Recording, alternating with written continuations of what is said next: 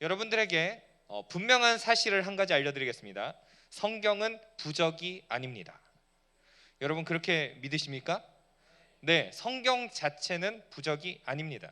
그런데 제가 이 신학을 공부하기 전에는 성경이 부적인 줄 알았습니다. 그래가지고 귀신들이 나타날지라도 성경만 짠하고 들이대면 귀신이 도망갈 줄 알았습니다. 그런데 신학을 공부해 보니 그게 아니구나 라는 사실을 알게 되었습니다. 제가 왜 이 말씀을 여러분들에게 전해드리고 있을까요? 이 성경이 부적이라도 된 것 마냥 생각했던 사람들이 있었다. 그러니까 언약궤가 부적이라고 생각했던 사람들이 있었다. 이것을 우리가 함께 나누어 보려고 하는 것입니다. 오늘 본문의 이야기 1절의 내용을 우리가 살펴보게 되면 이런 내용들이 등장하게 됩니다. 사무엘의 말이 온 이스라엘에 전파되니라. 이스라엘은 나가서 블레셋 사람들과 싸우려고 어디에 진쳤는지 여러분 보시겠습니까? 어디에 진쳤죠? 말씀을 보시면 어디에 진쳐 있습니까? 에베네셀이라고 하는 곳에 진을 치게 됩니다. 여러분 에베네셀 많이 들어보셨죠? 네, 상표 옷 이름이 아닙니다. 에베네셀, 성경에 등장하고 있는 이야기죠. 자, 사무엘상 7장 12절을 보면 사무엘이 미스바와 센 사이에다가 돌을 하나 세우게 됩니다. 그리고 그 뜻을 이렇게 정합니다. 여호와께서 여기까지 우리를 도우셨다라는 뜻입니다. 얼마나 좋습니까, 여러분? 여호와께서 우리를 여기까지 도우셨다라는 거죠. 이들은 무엇을 기대했느냐? 여호와 하나님께서 도와주실 것이다 라는 것을 기대했습니다.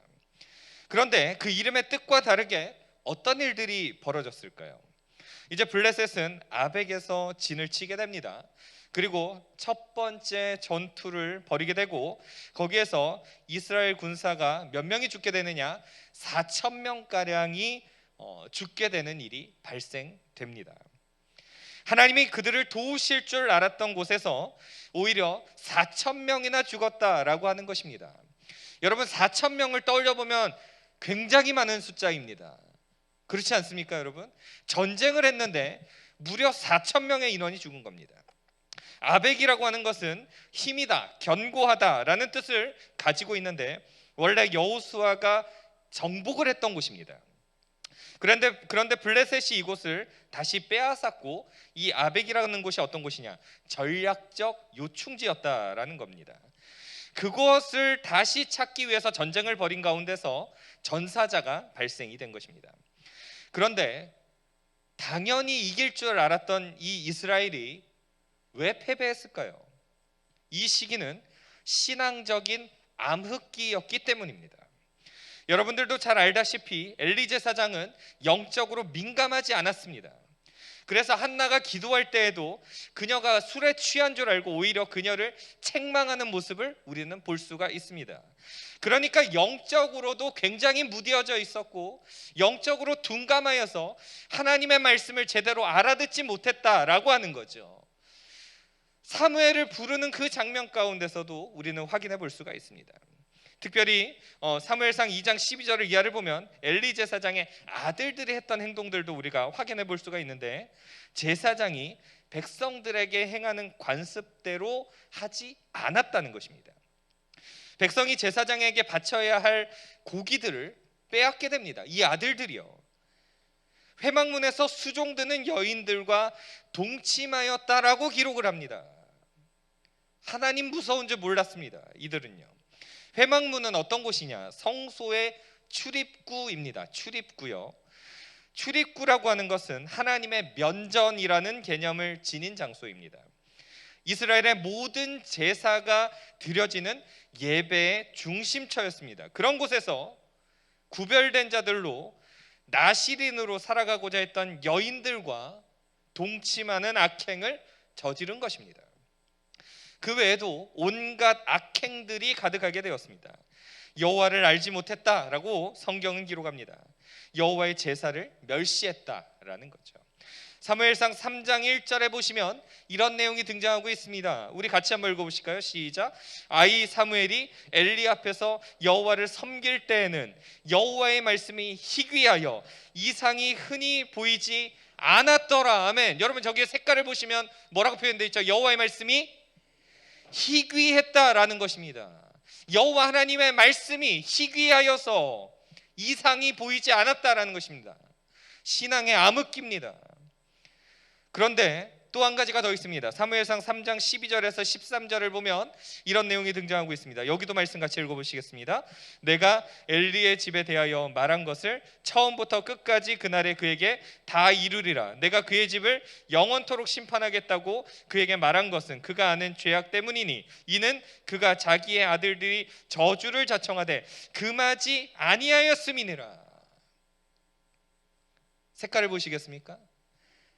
엘리 제사장이 자기의 아들들이 무엇을 자청했다고요? 저주를 자청했다라고 표현되어 있습니다. 저주받는 것을 자기 스스로 원했다, 이런 말입니다. 그런데 금하지 아니하였다라고 기록합니다. 그냥 내버려 둔 겁니다. 제사장이 자기의 아들들이 온갖 패역한 일을 하고 있음에도 불구하고 그냥 내버려 뒀다는 것입니다. 얼마나 신앙적으로 무뎌져 있으면, 얼마나 여호와의 말씀이 희귀하였으면 이런 일이 벌어졌을까요? 이러한 시기에 아벡이라고 하는 곳에서 이제 전쟁을 치루었고 하나님을 섬긴다고 하면서도 그들은 승리하지 못했습니다. 에베네셀에서 싸웠음에도 승리하지 못했습니다. 그러면 문제가 어디에 있습니까? 이 이스라엘이 회개하고 돌아와야 하는 거 아니겠습니까, 여러분? 졌으면 누구에게 돌아와야 됩니까, 여러분? 여호와께 돌아와야죠. 맞습니까, 여러분? 여호와께 돌아와야 됩니다. 하나님, 우리의 죄악을 보시고 우리를 용서하소서라고 했어야 되지 않았겠습니까? 그런데 그들은 다른 곳에서 그 방법을 찾으려고 했던 겁니다. 그게 뭐냐? 언약궤를 들고 전쟁에 나서는 겁니다. 그것이 곧 승리하는 방법으로 생각을 했던 겁니다. 3절의 내용을 띄워주시겠습니까? 자, 3절의 내용을 보시면 많은 내용이 있습니다만 저기 색깔의 글씨만 한번 같이 읽어보실까요? 시작. 여호와의 언약궤를 가져다가 우리를 구원하게 하자. 뭐를 가져다가요? 여호와의 언약궤를 가져다가요. 왜 이렇게 했을까요? 우리는 이 언약궤가 곧 하나님께서 주시는 승리의 상징임을 우리는 모르지 않습니다. 이 승리의 일들이 세 가지의 사건으로 우리는 기억을 해볼 수가 있는데, 첫 번째는 어떤 거냐면 여호수아 3장을 보면 이스라엘 민족들이 요단강을 건널 때의 사건입니다.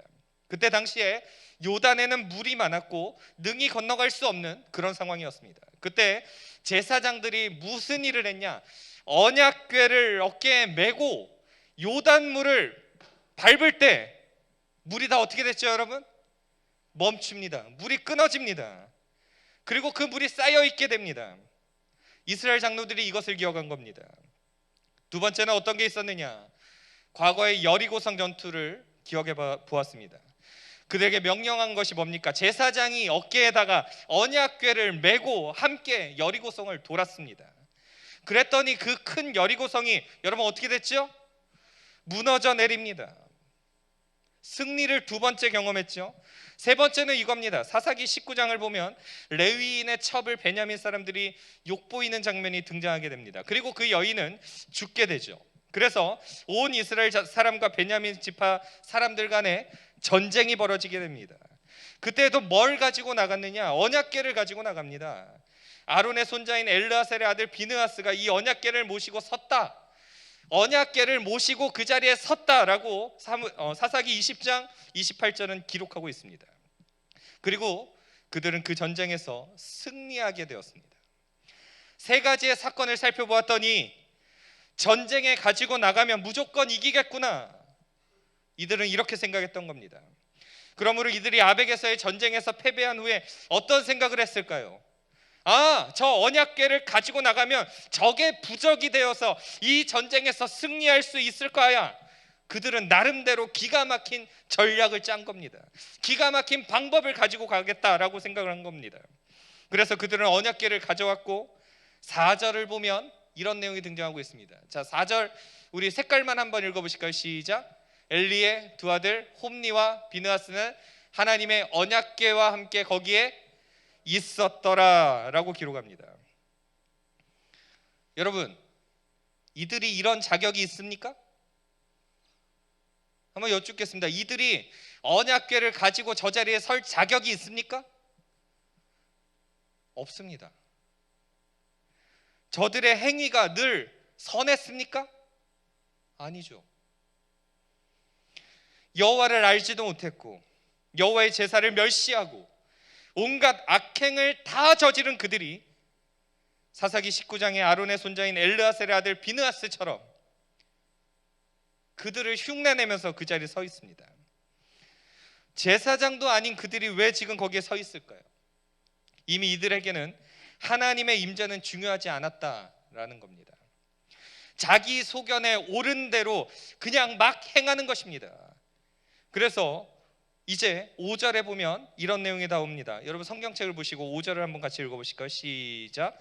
여호와의 언약궤가 진영에 들어올 때 온 이스라엘이 큰 소리로 외치매 땅이 울린지라. 아멘. 여러분 이 사람들이 왜 소리를 질렀을까요? 언약궤가 들어왔는데 왜 소리를 질렀을까요? 이것만 있으면 돼.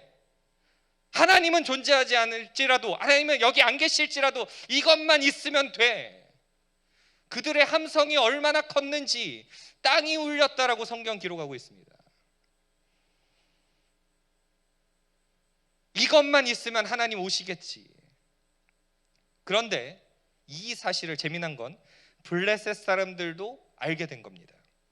그래서 6절을 보면 이들이 그 사실을 알았고 언약궤가 여기 왔다라는 사실을 알았고 7절을 보면 두려워하였다라고 기록을 하고 있습니다.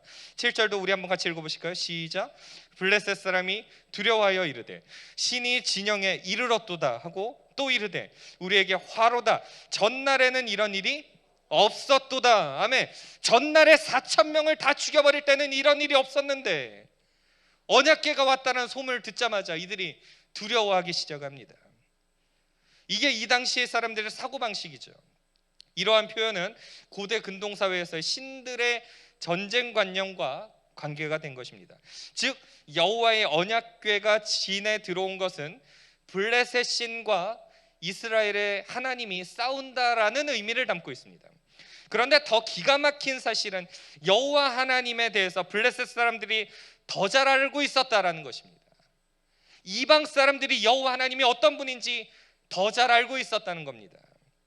출애굽 사건에 대해서 소문을 익히 들어서 알고 있었고 블레셋 사람들의 신이 이스라엘의 신에 비해서 열등한 것으로 생각을 하고 두려워했다라는 겁니다. 아이러니 아닙니까? 자기들이 믿는 신들도 있는데 우리 신은 조금 더 약한 것 같아. 저기 언약궤 온다. 저기 여호와라는 신이 우리보다 좀 더 센 것 같아. 그래서 그들이 두려워했다라는 것입니다. 그러면서 이들이 말을 합니다. 8절에 보면 이런 내용이 등장하고 있습니다. 자, 8절도 한번 같이 읽어보시겠습니다. 시작. 우리에게 화로다. 누가 우리를 이 능한 신들의 손에서 건지리요. 그들은 광야에서 여러 가지 재앙으로 애굽인을 친 신들입니다. 이니라. 자기들끼리도 우왕좌왕하고 있습니다. 야, 이거 큰일 났다 지금. 여호와가 왔다더라. 이때쯤에 양쪽의 사기가 과연 어때요 했을까요, 여러분? 이스라엘은 이렇게 생각했을 겁니다. 이 언약궤라는 이 부적으로 말미암아서 우리가 이기겠구나. 우리가 승리한다. 블레셋은 말합니다. 쟤네들 부적으로 인해서 우리가 지겠구나. 믿음의 눈을 가진 우리가 보면 참 기가 막힌 상황이죠, 여러분. 여리고성의 전투를 기억한다면 이스라엘의 입장에선 야, 이건 우린 다 이겼다. 우린 이제 이긴 거야. 승리가 보장됐어 라고 생각을 했을 겁니다.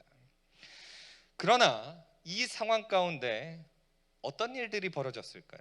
9절에서 10절을 보면 참담한 내용들이 등장하고 있습니다. 우리 같이 한번 또 읽어보실까요? 시작. 너희 블레셋 사람들아 강하게 되며 대장부가 되라. 너희가 히브리 사람의 종이 되기를 그들이 너희의 종이 되었던 것 같이 되지 말고 대장부같이 되어 싸우라 하고 블레셋 사람들이 쳤더니 이스라엘이 패하여 각기 장막으로 도망하였고 사륙이 심히 커서 이스라엘 보병에 엎드러진 자가 3만 명이었으며. 여러분 이 내용 잘 보시면 물론 블레셋 사람들 내에서 엄청난 동요가 있었고 사기 저하가 발생됐습니다. 그러나 그들은 내부에서 결속력을 다지는 모습을 보게 됩니다. 그리고 이 블레셋 사람들은 전쟁에 임하죠. 결과가 어떻게 되었습니까? 당연히 이길 줄 알았던 이 싸움이 어찌 됐습니까, 여러분? 이스라엘이 완전히 박살이 납니다. 블레셋의 기세가 등등하여서 이 전쟁을 대파하여서 승리하고 이스라엘은 무려 3만 명의 전사자가 등장하게 됩니다. 엄청나게 큰 피해가 발생하게 되는 것입니다. 여러분, 우리는 여기서 한 가지를 기억해야 됩니다. 제가 아무리 성경책을 펴놓아도 하나님이 함께 하시지 않으면 성경책은 한낱 종이 쪼가리에 불과한 겁니다. 저는 여기서 문득 떠오른 사건이 한 가지 있습니다. 바로 하나님의 임재에 대한 이야기입니다. 임재, 여러분. 성경에서 보면 내 발에 신을 벗으라 라고 하는 사건이 2번 등장하게 됩니다. 첫 번째는 출애굽기 3장 5절에 보면 이 모세가 처음 하나님을 대면하는 장면이 등장하게 됩니다. 여기 말씀 같이 읽어보실까요? 시작. 하나님이 이르시되 이리로 가까이 오지 말라. 내가 선 곳은 거룩한 땅이니 내 발에서 신을 벗으라. 아멘. 여러분, 여기 색깔을 보면 뭐라고 써 있습니까? 내가 선 곳은 어떤 땅이라고요? 거룩한 땅이라고 표현하고 있습니다. 여호수아서 5장 15절에도 한번 보실까요? 자, 여기도 같이 한번 읽어보겠습니다. 시작. 여호와의 군대 대장이 여호수아에게 이르되 내 발에서 신을 벗으라. 내가 선 곳은 거룩하니라 하니 여호수아가 그대로 행하니라. 아멘. 여기서도 말씀 보시면 내가 선 곳이 어떤 곳이라고요? 거룩한 곳이라고 말합니다. 첫 번째 사건, 아까도 보셔서 아시겠지만 하나님께서 모세를 만나주신 사건입니다. 떨기나무 가운데 불이 붙어 있었지만 사그러들지 않는 현장 가운데 하나님께서 말씀하셨습니다. 내가 서 있는 그 땅은 거룩한 곳이다. 또 한 군데는 저기 보시면 여호수아에게 등장하셨던 말씀이죠. 여호와의 군대 장관과 여호수아가 마주할 때입니다. 여기서 왜 하나님은 네가 선 곳이 거룩한 땅이라고 말씀하셨을까요? 그곳에 여호와 하나님이 임재하고 계셨기 때문입니다. 믿으십니까? 여러분, 그 자리가 거룩한 이유는 여호와 하나님이 그 자리에 임재하셨기 때문입니다. 그러니까 지금 우리가 다시 본문으로 돌아와 보면 아무리 이들이 언약궤를 들고 나가도 하나님이 함께 하시지 않으면 그냥 돌덩어리 뿐입니다. 돌덩어리다 이 말입니다, 여러분. 아무 의미가 없는 것입니다.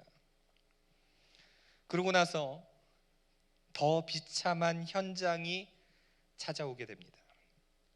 11절을 보겠습니다. 11절 같이 한번 읽어보실까요? 시작. 하나님의 궤는 빼앗겼고 엘리의 두 아들 홈니와 비느하스는 죽임을 당하였더라. 아멘. 여러분, 이 무슨 참담한 상황입니까? 하나님의 언약궤만 있으면 당연히 승리할 줄 알았던 이 전쟁은 참패를 하고 맙니다. 심지어 언약궤를 빼앗기고 홈니와 비느하스도 그 자리에서 죽고 맙니다. 그러면 왜 이런 결과가 생겨났을까요? 하나님이 능력이 없어서요? 아니죠, 여러분. 하나님이 이런 징계를 통해서 이스라엘 민족이 깨닫기를 원하셨던 것입니다. 너희가 죄악 가운데 빠져 있을 때 다시 돌이켜야 한다. 여호와께 돌아가야 한다. 언약궤 그거 돌덩어리 가지고 나온 게 중요한 게 아니라 이 자리에 여호와가 임재해야 역사가 일어난다. 하나님 그거를 알려주시는 겁니다. 너희가 가져간 그 언약궤 그거 내가 임재하지 않으면 아무 쓰잘데기 없는 돌덩어리야.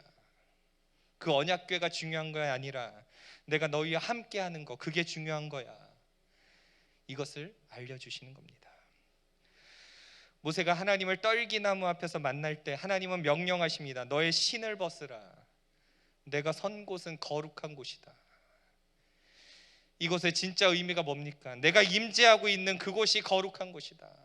여호와 하나님이 임재하고 있는 곳이 거룩하니까 너는 거기서 내 신발을 벗어라. 내 먼지가 잔뜩 묻어있는 그 신발을 벗어라. 이렇게 말씀하신 겁니다. 말씀을 정리합니다. 사랑하는 여러분, 우리가 진짜로 중요하게 생각해야 할 것이 뭘까요? 하나님의 임재를 우리 삶 가운데서 경험하는 것입니다. 여러분 인정하시기를 바랍니다. 우리의 삶 속에서 진짜 중요한 것은 하나님의 임재를 우리의 삶 속에서 피부로 경험하는 것입니다. 우리는 교회에 대해서 정의를 내릴 때 건물을 교회라고 말하지 않습니다. 우리 각자를 교회라고 말합니다. 여러분, 이유가 뭘까요? 우리 안에 성령 하나님이 우리와 함께 계시기 때문입니다. 예수를 믿는 순간 우리 가운데 찾아오신 성령께서 우리 안에 내주하셔서 영원토록 우리와 함께 하시기 때문입니다. 그래서 우리를 성전이라고 부릅니다. 이스라엘 민족이 왜 이 싸움에서 패배했을까요? 하나님의 임재를 경험하지 못했기 때문입니다. 언약궤를 들이밀고 겉으로만 번지르르 했지만 그들의 마음 가운데는 하나님이 없었기 때문입니다. 바리새인들이 예수님께 책망받는 이유는 능력은 있는 척 했으나 그 안에 하나님이 계시지 않았기 때문입니다. 여러분, 하나님의 임재를 마음속에 경험하고 계십니까? 여러분 각자가 한번 이 질문에 스스로 답변을 해보시면 좋겠습니다. 나의 삶 속에서 나는 하나님의 임재를 경험하고 있습니까? 그러면 내가 그것을 경험하고 있다면 나는 능력이 없어도 하나님의 능력이 나를 통해서 드러날 줄로 믿습니다. 할렐루야. 나는 능력이 없지만 내 안에 역사하시는 하나님 때문에 나는 능력 가운데 살아갈 수 있게 됩니다. 여러분, 우리가 그런 믿음으로 살아가야 되지 않겠습니까? 오늘 말씀에 이스라엘 백성과 나의 차이점이 분명히 존재해야 되지 않겠습니까? 그들은 하나님 없이 전쟁을 치렀고 우리는 하나님과 함께 전쟁을 치르는 사람들입니다. 이 사실을 기억하시면서 이번 한 주 동안에 하나님과 깊은 동행으로 죄와 맞서서 싸울 수 있는 저와 여러분들 모두가 되어지기를 간절히 소망합니다. 기도하겠습니다.